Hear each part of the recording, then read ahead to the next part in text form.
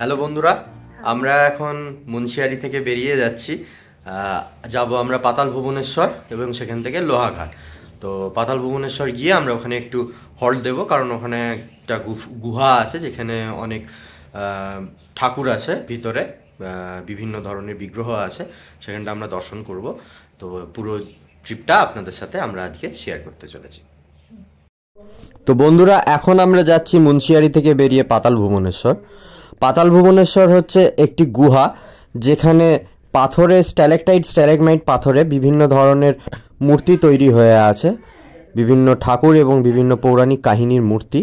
এবং বলা হয় যে স্কন্দপুরাণে এই গুহাটির মেনশন আছে এবং পরবর্তীকালে আদি শঙ্করাচার্য এই গুহাটি খুঁজে বের করেন। তো আমরা এখন চলে এসেছি পাতাল ভুবনেশ্বর এবং আমরা ওই গুহা দর্শনে যাচ্ছি। পাতাল ভুবনেশ্বর গুহা মন্দির দর্শন করার জন্য মাটির লেভেল থেকে একটা গুহার মুখ দিয়ে বেশ খানিকটা নিচে নামতে হয়। চেন আছে এবং লাইটও আছে ভিতরে, সেই জন্য অসুবিধা কম হয়, তবুও বয়স্কদের জন্য একটু অসুবিধাজনক।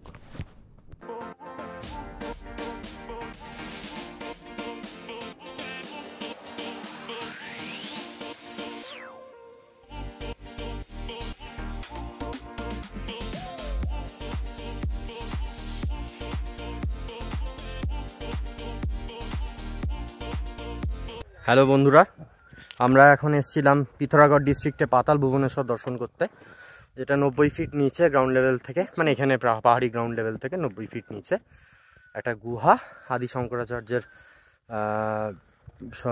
আদি শঙ্করাচার্য এটাকে পরে বার করেছিলেন খুঁজে, কলিযুগে, তার আগের থেকেই ছিল।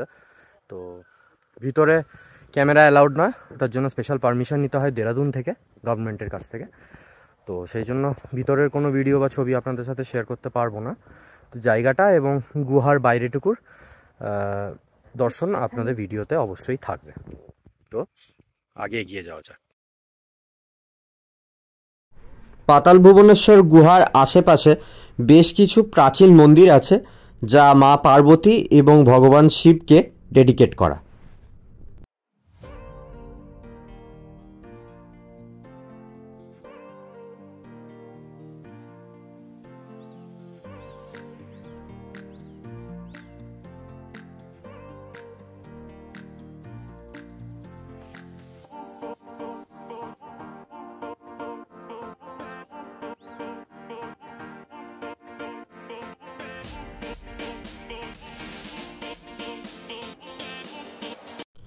তো মন্দির দর্শন করে আমরা চলে এসেছি একটা রেস্টুরেন্টে খেতে, এবং খেয়ে আমরা এখান থেকে বেরিয়ে যাব লোহাঘাট।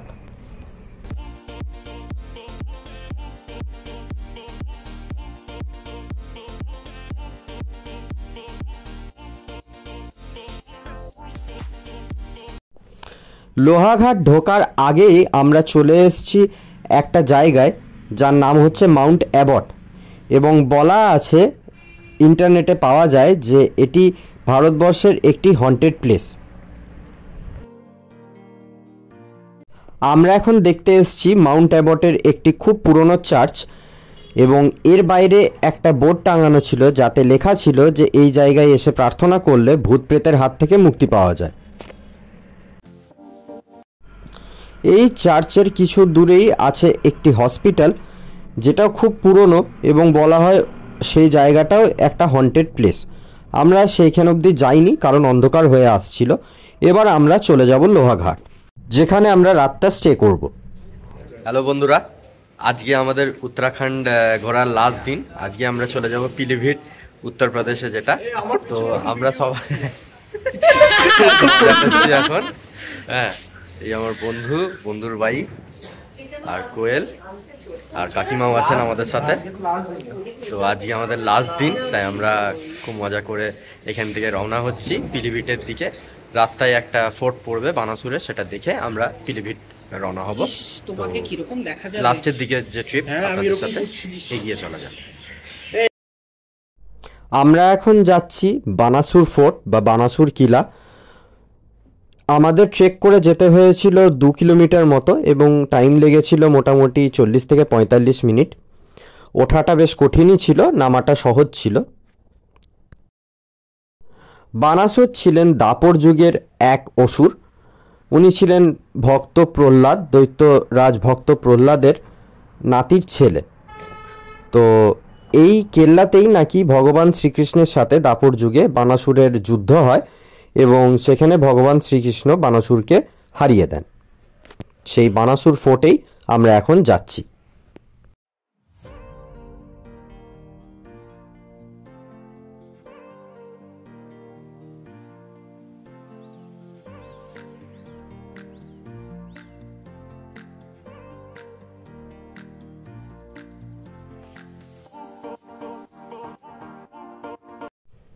এই কেল্লার যতটুকু ধ্বংসাবশেষ অবশিষ্ট আছে সেটা পুরোটাই আপনাদের সাথে ভিডিওর মাধ্যমে আমরা শেয়ার করলাম।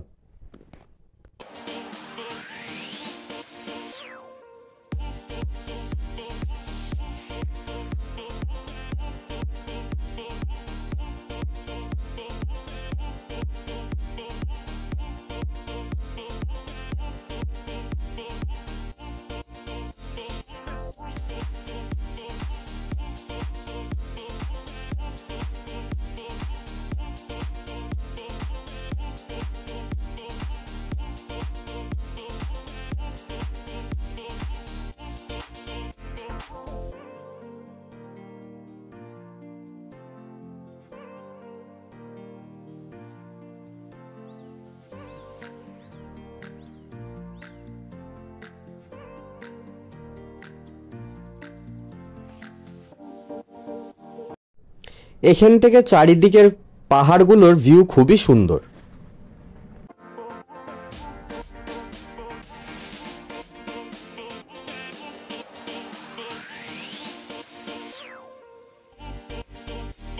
লোহাঘাট থেকে বেরিয়ে আমরা এখন সোজা ঢুকে গেছি পিলিভিট টাইগার রিজার্ভের চুকা ফরেস্ট রেঞ্জে।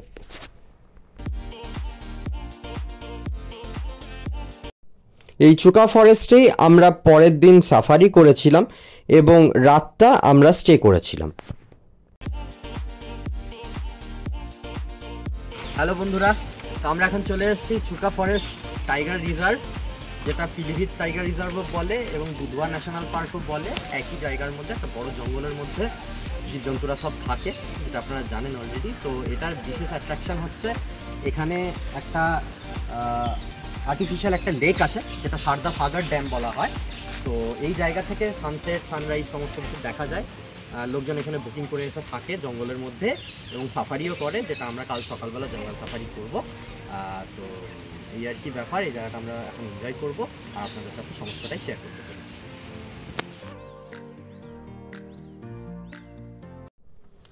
চুকা ফরেস্টের সারদা সাগর ড্যামের পাশে ফরেস্টে থাকার এই জায়গাগুলো অত্যন্ত দুর্লভ এবং মনোরম, এবং এটাকে অনেকে মালদ্বীপসের সাথেও তুলনা করে থাকে।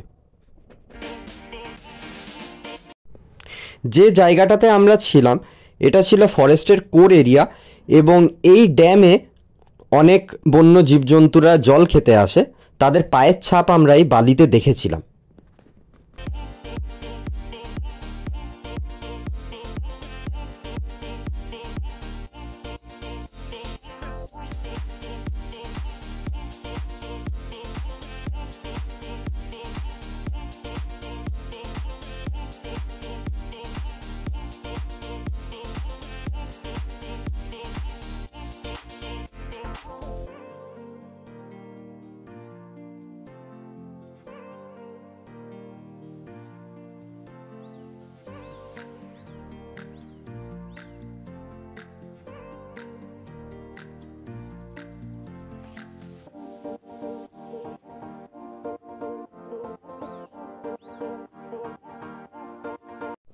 আমরা যে কটেজগুলোতে ছিলাম সেই কটেজগুলোর ডিটেলস ভিউ আপনাদের সাথে আমি শেয়ার করছি। আমাদের একটা কটেজে পড়েছিল 5,000 টাকা পার নাইট। একটা কটেজে এক্সট্রা একটা কট নেওয়ার জন্য কিছু এক্সট্রা পড়েছিল, এবং খাবার দাবারের দাম আলাদা।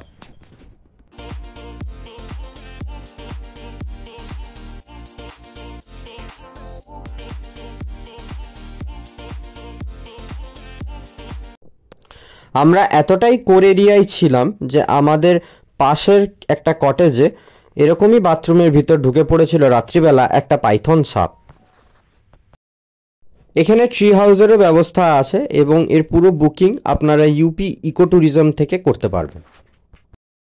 তো বন্ধুরা, পরের ভিডিও নিয়ে খুব তাড়াতাড়ি চলে আসবো। আমার চ্যানেলটিকে অবশ্যই সাবস্ক্রাইব করবেন এবং আমার ভিডিও লাইক, শেয়ার এবং কমেন্ট করবেন। আজকের মতো টাটা।